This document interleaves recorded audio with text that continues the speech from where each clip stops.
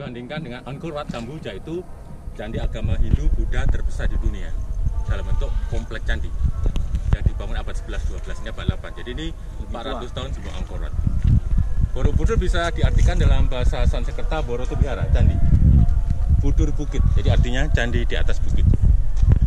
Bangunan keagamaan saya tempat tinggi, lebih dekat ke alam di bawah Tuhan. Dibangun pada masa Mataram kuno, rajanya Sailendra, rajanya Samaratunda. Pembangunan awal kurang lebih 70 tahun. Jadi tahunnya 760 sampai 830. Tidak mudah oleh beberapa generasi. Dengan 2 juta batu andesit dari sungai-sungai Sini dan Merapi. 35 km ke timur. Waktu 30 tahun itu hanya untuk ngangkut batu ke sini. Jadi diselesaikan total kurang lebih 200 tahun. Jadi abad 8 sampai 10. Kesulitannya, generasi selanjutnya punya desain sendiri, tapi kan harus ikut master plan awal. Dan ditinggalkan dalam masa finishing, belum selesai. Mungkin 90-90% selesai karena Gunung Merapi meletus tahun 1006. Itu maha bencana, maha pralaya. Kerajaan dari Jawa Tengah harus berpindah ke Jawa Timur, tidak ada pilihan lain. Mataram, Kediri, Singasari, Majapahit. Otomatis candi tertutup abu Merapi dan pohon-pohonan 800 tahun, abad 10 sampai 18. Candi ditemukan kembali oleh Raffles dalam pemerintahan Inggris dulu 1814. 2 bulan dengan 200 pekerja untuk membersihkan candi. Kembali ke candi dibangun untuk menandai masa Jaya Agama Buddha, Siara Agama Buddha. Dan di sini pusat ajaran Buddhanya. Kenapa kok di sini? Satu, dikelilingi gunung. Tempat terbagus cari bahada serta batu gunung. Kedua, dibangun di pertemuan dua sungai. Dua sungai bertemu tempat suci. Strategis. Seperti di India, bangunan suci dengan sungai Gangga dan Yamuna. Ini sungai Elo dan Progo, 3 dan 1 ke sini ada 2 jembatan. Oh, emang sungai ini sebelah mana ya, Pak? Tadi dari Jogja. Iya. 3 dan 1 ke sini lewat 2 jembatan. Oh. Itu 2 sungai, sungai Elo dan yang gede sungai Progo. Ketiga, menurut legenda, disinilah tengahnya Pulau Jawa. Oh, jadi menurut legenda Pulau Jawa itu tidak bisa diam di satu tempat. Jadi harus tepat di bawah di tengah.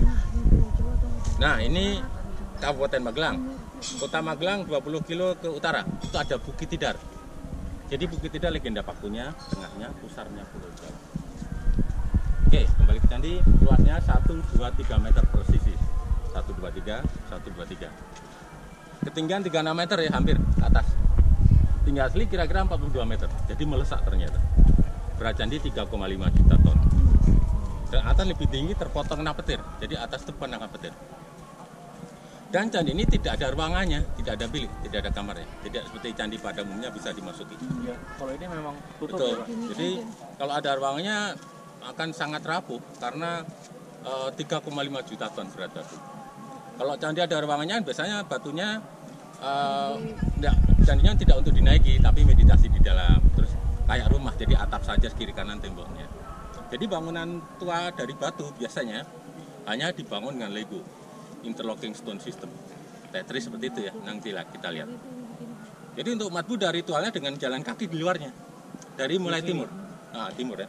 Jadi candi biasanya hadap timur, arah awal mula kehidupan, sunrise. Dan meditasi objek harus di kanan, otomatis searah jarum jam. Dari dari timur searah jarum jam, selesai di timur. Pradaksina itu juga membaca cerita di candi seperti itu. Pradaksina itu simbol kehidupan, balikan itu prasalya, kematian. Berapa putaran, Pak? Terserah. Tapi sekali putaran aja 10 tingkat udah 5 kilo. Ada 10 tingkat. Itu artinya dasa bodhisattva bumi. 10 jalan menuju pencerahan. Itu jadi Buddha. Buddha artinya penerangan sempurna, kebijaksanaan tertinggi, pencerahan itu arti Buddha ya. Jadi bukan nama orang ya. Dibagi 3 cerita. Ini lantai 1 kamadatu, kama nafsu datu alam. Manusia tidak dapat kontrol hawa nafsunya. Kedua lantai 2 sampai 6 rupa datu. Rupa itu transisi, sudah lepas dari nafsu duniawi seperti biksu ya. Ketiga yang lingkaran, stupa ada patungnya Buddha. Lantai 7 sampai 10 arupa datu, nirwana, kesempurnaan. Jadi buruk, baik, surga, reinkarnasi. Oh, ini sama aja kayak kitab suci dibikin betul, di sini gitu. Betul. Desain Borobudur dari udara menyerupai bunga teratai. Yang atas lantai 7 10 itu lingkaran, itu bunga teratai. Lantai 1 sampai 6 itu bujur sangkar, itu daun teratai. Teratai lambang kemurnian, kesucian, alam semesta, juga mandala. Visual meditasi dari agama Buddha. Perbaikan sendiri sudah 2 kali. Yang pertama 1907 sampai 1911 oleh Belanda. Lantai 7 sampai 10. Perbaiki stupa-stupa saja. Perbaiki yang bawah rumit, itu nggak cukup teknologi, kerusakannya parah. Perbaikan kedua UNESCO. 1973 sampai 83, 10 tahun, 25 juta US$. Mereka turunkan semua batu lantai 1 sampai 6 yang kotak. Lantai yang kotak. Artinya 60% dari ini Pak ya? 60% dari 2 juta batu turun. Kemudian di dalam bukitnya diseimbangkan, bukan diratakan ya. Di atasnya dikasih beton 4.000 meter kubik dan semua susun balik dalam 10 tahun perbaikan.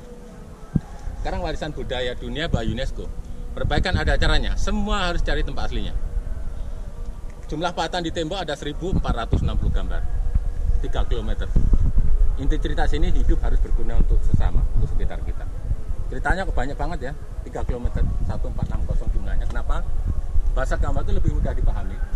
Tidak semua orang sama dalam hal mendengar, menulis, dan membaca juga ya, mendengarkan. Jadi bahasa gambar lebih daripada kata-kata. Patungnya Buddha ada 505, ukurannya sama, Buddha meditasi, 6 posisi tangan berbeda, lebih dari separuh rusak. Kerusakan yang bukan kepala lebih ke alam, gempa, gunung meletus, kepala, vandalisme, software zaman dulu ya. Di banyak tempat patung dia hilang-hilang kepala. Ya, karena kalau bawa tubuhnya berat. Kepala cukup mudah dipotong, dibawa dan dijual. Patung tanpa kepala tidak ada harganya. Di museum bawah kita masih punya 11.000 batu dan 50-an kepala Buddha dirangkai di mana kepalanya. Nah, yang menarik itu depan kita itu Kama Datu ya, cerita pertama. Kama itu nafsu, karma itu siapa menabur akan menuai. Di lantai 1 hanya terlihat 4 gambar terbuka. 1, 2, 3, 4. Harusnya gambarnya ada di seluruh tembok seperti lantai atasnya. Artinya yang lain masih tertutup. Jadi ternyata secara teknis pembangunan candi seperti ini. Batu saja disusun dengan Lego, 10 tingkat, 2 juta batu. Selesai. Dan mereka mulai dari atas dengan memahat. Jadi pahatan itu mulai dari atas ke bawah. Itu lebih cepat, lebih mudah. Kalau mereka pahat dari bawah ke atas lama. Dua, pahatannya pun akan mudah rusak untuk menaik turunkan batu. Jadi lantai 1 ini ternyata pahatan terakhir. Tapi mereka tetap mendapati tidak cukup kuat, bisa hampir miring. 2 juta batu, 3,5 juta ton, hanya dengan Lego di atas bukit tidak cukup rata, tidak mudah. Jadi dalam penyelesaian mungkin abad 10-an terpaksa mereka tambahkan batu ini. Jadi pahatan itu rencana asli dan itu tembok tambahan yang ditambahkan waktu finishing. Abad 10-an, jadi asli juga. Jadi dengan adanya batu tambahan itu lantai 1 lebih kuat seperti piramid, nggak seperti ini. Dan itu otomatis menutup gambar. Dan sejak itu tidak ada yang tahu lantai 1 sampai 800 tahun, abad 10 sampai 18. Karena lantai 1 ini bukan lagi 1885. Dibongkar batunya, difoto ada 160 gambar, dan ditutup lagi. Hanya 4 dibiarkan terbuka. Oh, berarti di sini ada, dalamnya ada gambar Ya, lagi, Pak? di balik itu. Dan itu bukti batu tutupan sini ya. Oh, ini nih? Ya. Jadi masih dilematis, tertutup itu juga terlindungi ya. Kedua itu tapi juga rusak, lembab juga kan. Iya. Jadi arkeologi lagi sedang banyak argumentasi bahwa dibuka atau ditutup gitu ya. Ya kira-kira gambaran garis besarnya seperti itu. Nanti kita lihat lebih dekat. Ada pertanyaan? Oke, itu ulangan ya. Iya. Oke, sekarang foto.